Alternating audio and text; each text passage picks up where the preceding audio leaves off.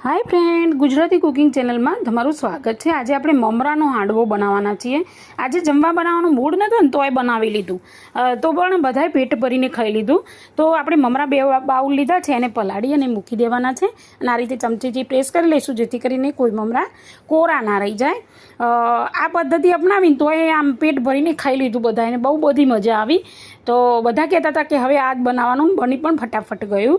તો હવે આને આપણે સાઈડમાં મૂકી દઈશું અને જે બાઉલ ભરીને આપણે મમરા લીધા હતા એ જ બાઉલ ભરીને આપણે સોજી લીધો છે। અહીંયા હવે કરકરો સોજી છે, અહીંયા ઝીણો સોજી હોય તો પણ કંઈ વાંધો નહીં, બરાબર છે।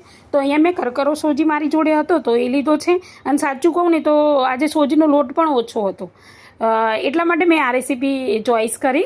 તો આપણે છાશ કે દહીંથી એને પલાળી દેવાનું છે અને એકદમ ઘટ્ટ રાખવાનું, એકદમ આમ ગ્રેવી જેવું, મતલબ કે એવું નહીં બનાવી દેવાનું, થોડું ઘટ્ટ રાખવાનું છે આને।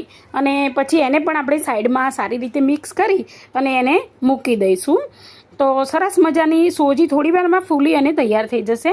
જો મમરા એક બાઉલ ભરીને લીધા હતા પણ કેટલા ઓછા થઈ ગયા।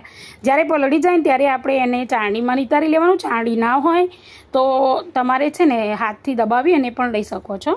તો આ રીતે આપણે એને નિતારી અને પાણી બધું કાઢી નાખવાનું છે અને ત્યાર પછી એ મમરા છે ને બીજા એક વાસણમાં લઈ લેવાના છે।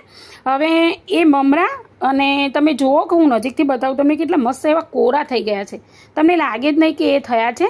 હવે એક મિક્સર બાઉલ લેવાનો, થોડો મોટો હોય એવો, અને એની અંદર મમરા અને જે સોજી પલાળ્યું હતું એ એડ કરી અને આ રીતે એનું મસ્ત બેટર બનાવી લેવાનું છે।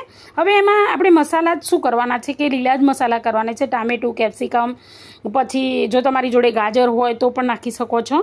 અહીંયા મેં કેપ્સિકમ, ટામેટું, ડુંગળી અને આદુ, લસણ અને મરચાંની પેસ્ટ સારા પ્રમાણમાં નાખવાની, કારણ કે આપણે બીજો કોઈ તીખો મસાલો નથી એડ કરવાનો, અને સોડા નાખવાના અને ઉપર એક લીંબુ નીચોવાનું છે। મેં એક લીંબુ આખું લીધું છે જેથી કરીને સારી એવો ખાટો એવો મસ્ત, બહુ ખાટો નહીં પણ ટેસ્ટમાં સારું લાગે એવો હાંડવો ઉતારવાનો છે। તો હવે આપણે આ ઉતારતી વખતે શું છે કે બહુ પાતળા, થોડા બહુ નહીં, થોડા થીક એવા અને આમ ચડી જાય એ ટાઈપ આપણે અહીંયા પાથર્યા છે। આ ટાઈપ તમે જોઈ લો।